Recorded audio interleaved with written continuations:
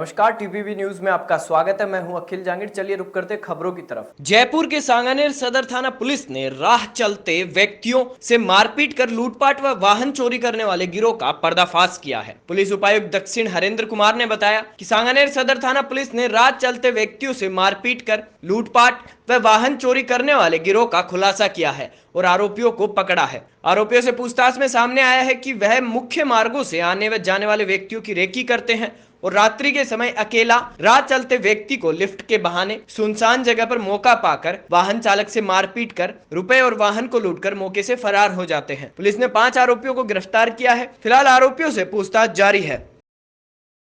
खबर जयपुर से है, जहां पिछले कई दिनों से चोरों व महिलाओं से छेड़छाड़ करने वालों को पकड़ने के लिए अलग अलग अभियान चलाए जा रहे हैं। वहीं दूसरी ओर राजधानी में चोरों का हौसला बढ़ता जा रहा है। जानकारी के अनुसार इंदिरा बाजार में एक मिठाई की दुकान के आगे खड़ी एक स्कूटी में रखे बैग को पलक झपकते ही चोर उड़ा ले गए। वही घटना सीसीटीवी कैमरे में कैद हो गई।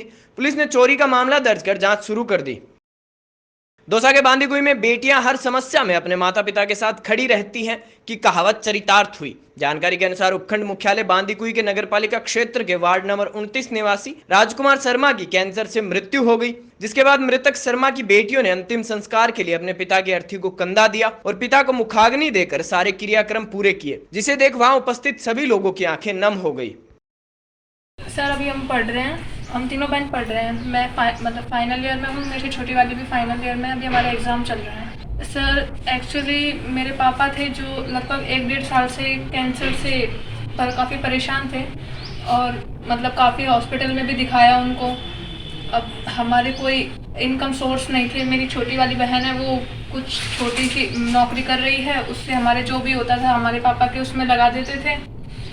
परिस्थितियाँ काफ़ी ख़राब थी, बस यही सब था। घटना ये थी कि हमारी वार्ड नंबर 29 के अंदर एक हरिप्रसाद जी शर्मा हैं, जो कि ट्रक ड्राइवर रहे हैं। उनके बड़े पुत्र जिनका कि नाम राजकुमार जी शर्मा था, उनका कल देहावसान हो गया। वो काफ़ी दिनों से कैंसर नामक बीमारी से पीड़ित थे। बीमारी के लिए परिवार के लोगों ने काफ़ी इलाज भी करवाया। प्राइवेट राजकुमार जी शर्मा काम करते थे, बिजली का काम करते थे। जो कुछ जमा पूंजी परिवार के पास थी, परिवार ने राजकुमार जी जो कैंसर की बीमारी से पीड़ित थे, इनकी बीमारी के इलाज के अंदर करीब पूरा पैसा लगाया। लेकिन इन सब के बावजूद भी परसों उनकी मृत्यु हो गई। उनकी 3 बेटियाँ हैं, पुत्र उनके हैं नहीं। तीनों बेटियाँ अविवाहित हैं। बड़ी जो बेटी है वो बीए में है। सेकंड नंबर की बेटी भी बीए के आसपास ही है। थर्ड नंबर की बेटी है, वो उनकी 10वीं या 11वीं के अंदर पढ़ रही है। परिवार की आर्थिक माली हालत बहुत गरीब स्थिति है, पुअर स्थिति के अंदर है। कल बेटियों ने जब अपने पिता की अर्थी को कांधा दिया, तब समस्त शव यात्रा के अंदर जो लोग मौजूद थे, पूरा वो समय एक गमगीन माहौल के अंदर बदल गया। अश्रुधाराएं बह निकली, लेकिन विधि के विधान को कोई टाल नहीं सकता। अब मैं प्रशासन से भी यही निवेदन करूंगा और एक पूर्व पार्षद होने के नाते, वह मेरी धर्मपत्नी वर्तमान 29 की पार्षद होने के नाते, हम भी पूरा ये सहयोग, पूरी मेहनत करेंगे, सहयोग करने की पूरी कोशिश करेंगे। खबर बूंदी से है, जहां जैत सागर नाले पर अतिक्रमण को लेकर आमजन में आक्रोश पैदा हो गया। मानव सेवा समिति के प्रदेश अध्यक्ष राजेश खोईवाल ने बताया कि जैत सागर नाले से अतिक्रमण हटाओ संघर्ष समिति ने भाजपा नेता रुपेश शर्मा के नेतृत्व में जिला प्रशासन से मिला और कई दौर की वार्ता के बाद 48 घंटे में जिला कलेक्टर व पुलिस अधीक्षक, नगर परिषद कमिश्नर के साथ जैत सागर नाले का व डूब क्षेत्र का दौरा कर हालात का जायजा लेंगे व अतिक्रमण हटाने के लिए कोई ठोस कदम उठाने का प्रयास करेंगे। जिस पर राजेश खोईवाल ने जनता को संबोधित करते हुए प्रशासन को चेतावनी दी है कि अगर 60 घंटे में कोई ठोस कदम नहीं उठाया गया तो हम जनता को साथ लेकर उग्र आंदोलन करेंगे। बूंदी में गौशाला निर्माण हेतु आवंटित शिवायचक भूमि को अवैध अतिक्रमण से मुक्त कराने को लेकर गोपाल गौ सेवा संस्थान व मानव सेवा समिति ने प्रेस वार्ता कर आंदोलन की चेतावनी दी। वहीं गोपाल गौ सेवा संस्थान के अध्यक्ष प्रहलाद मीणा, सचिव गोपाल माहेश्वरी, कोषाध्यक्ष लोकतंत्र कुमार व मानव सेवा समिति प्रदेश अध्यक्ष राजेश खोईवाल ने बताया कि पटवार हल्का छत्रपुरा की खसरा संख्या 1245, 1246 व 1247 कुल रकबा 11 बीघा 4 बिस्वा सिवायचक भूमि राजस्व रिकॉर्ड में नगर परिषद बूंदी के नाम दर्ज है, जिस पर गौशाला निर्माण के लिए आवंटन की प्रक्रिया में है। वहीं नगर परिषद बूंदी के वर्तमान सभापति मधु नुआल के पति भगवान नुआल द्वारा राजनीतिक संरक्षण के चलते अवैध अतिक्रमण कर रखा है। उन्होंने भूमाफिया से अतिक्रमण मुक्त कराकर गौशाला निर्माण की स्वीकृति की मांग की है। हम सब गौ सेवक लोग मिलकर बूंदी शहर या आसपास के जहाँ से भी गोवंश दुर्घटना में घायल, बीमार या असहाय रहते हैं, उन गोवंश की सेवा करते हैं। और इसी संदर्भ में हमें लगता है कि गोवंश की बहुत दुर्दशा हो रही है, तो नगर परिषद को की अपनी खुद की गौशाला होना चाहिए। इसी संदर्भ में गौशाला के लिए आवंटित भूमि करीब आवंटन की प्रक्रिया बाकी है, बाकी सब कार्यक्रम उसका रूपरेखा सारी तैयार है। 11 बीघा 4 बसवा जमीन जो नगर परिषद द्वारा नगर परिषद के लिए जो घूमती हुई गायें, असहाय गायें, इनके लिए आवंटित की गई है। वो अविलंब नगर परिषद के सभापति के पति द्वारा कब्जा किया गया हुआ है, उसको अविलंब छुड़ाए।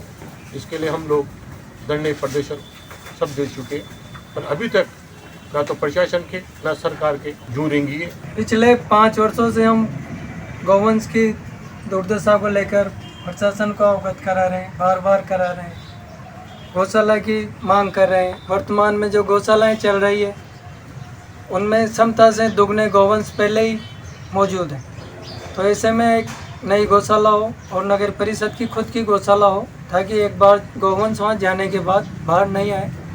जब भी ये कुछ व्यवस्था बैठेगी, हम काफ़ी समय से इसके लिए प्रयासरत हैं और इसके लिए हमने मांग भी करी है, नगर परिषद ने भी मांग करी है ज़मीन की गौशाला के लिए।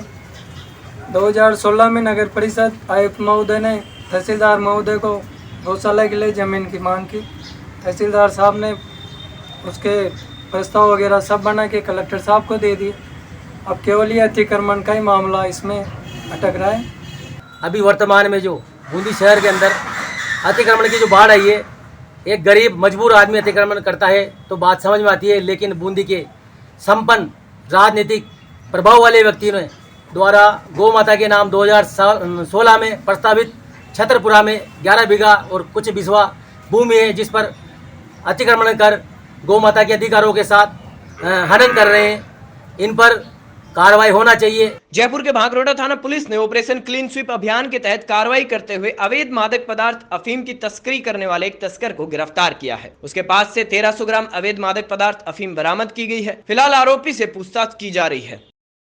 उत्तर प्रदेश के झांसी शहर में मां देवी शक्तिपीठ धाम स्थापित है, जिसमें लोगों की बहुत मान्यता है। मंदिर में उपस्थित भक्तों ने बताया कि मध्य प्रदेश के दतिया जिले के प्रसिद्ध पीतम्बरा मंदिर में विराजमान बगलामुखी देवी जो श्री यंत्र पर स्थापित है, उन्हीं के समान ये माता रानी भी श्री यंत्र पर विराजमान है। वहीं शक्तिपीठ धाम के बारे में यहाँ आने वाले हर भक्त की मुराद पूरी हो जाती है। श्रावण मास के चलते मंदिर प्रांगण में भगवान भोलेनाथ की भक्ति में महिलाएं पार्थिव शिवलिंग निर्माण करती हैं। साथ ही मंदिर में लोगों की गहरी आस्था है।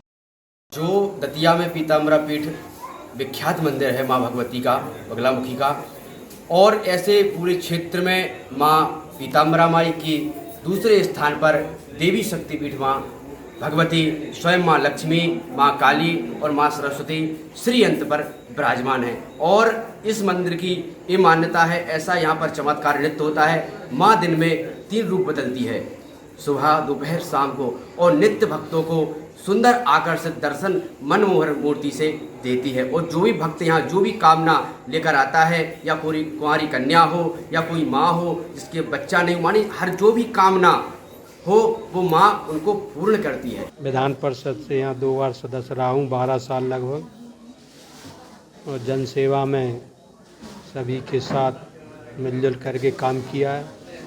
जहाँ तक राजनीति की बात है, भले ही हम समाजवादी पार्टी से रहे, लेकिन जो जन भावना है जनसेवक बनने की, उस भावना के अनुसार कोई हमारा पार्टी विशेष से कोई विरोध नहीं है। जो नीतियाँ हैं उनके हिसाब से काम करते हैं और सभी का सहयोग लेते हैं और सभी के साथ सहयोग देने का काम अधिकारियों से, प्रशासन वर्ग से जुड़े। इसलिए अधिकांशतः भारतवर्ष से जो बाहर गए हैं वो लोग ज़्यादा मन लगाते हैं पूजा पाठ में, ज़्यादा भगवान को मानते हैं देन की अदर पीपल। देन की आप लोग यहाँ रह रहे हैं, आप लोगों को तो in the air educating get in their, but वहाँ पर हम लोगों को प्रयास करना पड़ता है, ढूंढना पड़ता है कहाँ मंदिर है, कहाँ जाएंगे।